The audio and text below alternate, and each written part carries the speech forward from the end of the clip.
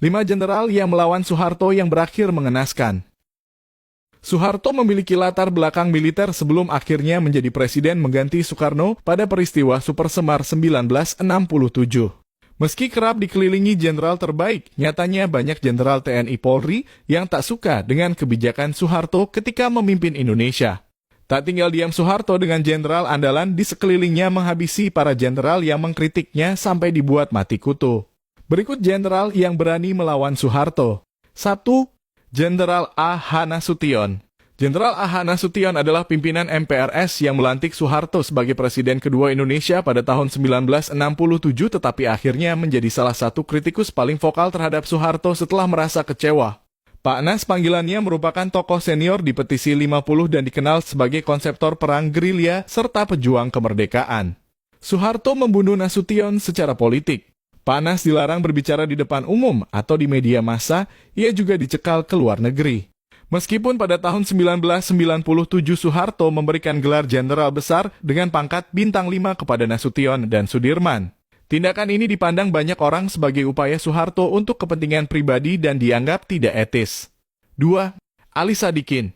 Gubernur legendaris DKI Jakarta yang juga Letnan Jenderal Korps Marinir TNI AL ini dikenal sebagai sosok berperangai keras dan tegas. Dia juga ikut dalam petisi 50 dan mengkritik Soeharto yang otoriter. Tindakan ini mengakibatkan Ali Sadikin dijatuhi hukuman politik termasuk larangan hadir dalam acara Pekan Raya Jakarta PRJ yang ia gagas sendiri. Ia juga dilarang hadir di acara-acara TNI AL atau Marinir serta tak boleh berbicara di forum atau menjadi narasumber. Bahkan keluarganya pun mendapat hambatan saat meminta pinjaman dari bank dan kehadiran Ali Sadikin di acara pernikahan pun menimbulkan ketakutan. 3. Letjen Kemal Idris. Ia adalah salah satu jenderal pendiri Orde Baru, ia juga dikenal karena sifatnya yang bicara keras tetapi tulus. Namun sikap tersebut membuatnya berselisih dengan Soeharto. Kemal juga berperan dalam meminta Soeharto untuk mundur dari jabatan presiden pada tahun 1980 dengan pandangannya bahwa Soeharto sudah cukup menjabat 3 kali. Setelah itu Kemal diabaikan dan akhirnya mengelola perusahaan limbah di DKI Jakarta mendapat julukan Jenderal Sampah. 4. Letjen M. Jasin.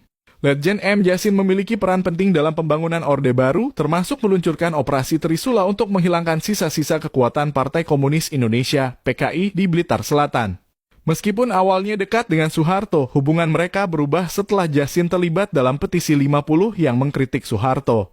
Jasin mengungkapkan kritik terhadap pembelian truk yang tidak sesuai kebutuhan ABRI dan mengungkapkan kemarahannya terhadap perlakuan keluarga Soeharto terhadap putrinya. Dia juga sering menyoroti peternakan Soeharto di Tapos, Bogor. Meskipun memiliki reputasi galak dalam mengkritik Soeharto, seperti yang lainnya, karir Jasin diakhiri oleh Soeharto dan usahanya terhambat. Keluarganya tidak diangkat menjadi PNS, dan dia dihina sebagai orang yang tidak waras. 5. Jenderal Polisi Hugeng. Hugeng dikenal sebagai sosok yang tak diragukan lagi kejujurannya dan komitmennya dalam memberantas korupsi. Dia bersedia dicopot ketika keluarga Soeharto terusik, termasuk dalam kasus dugaan penyelundupan mobil mewah yang melibatkan kroni Soeharto dan keluarga Cendana.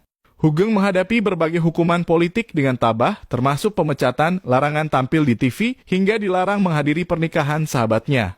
Yang paling menyakitkan, ia juga dilarang menghadiri perayaan hari ulang tahun Polri.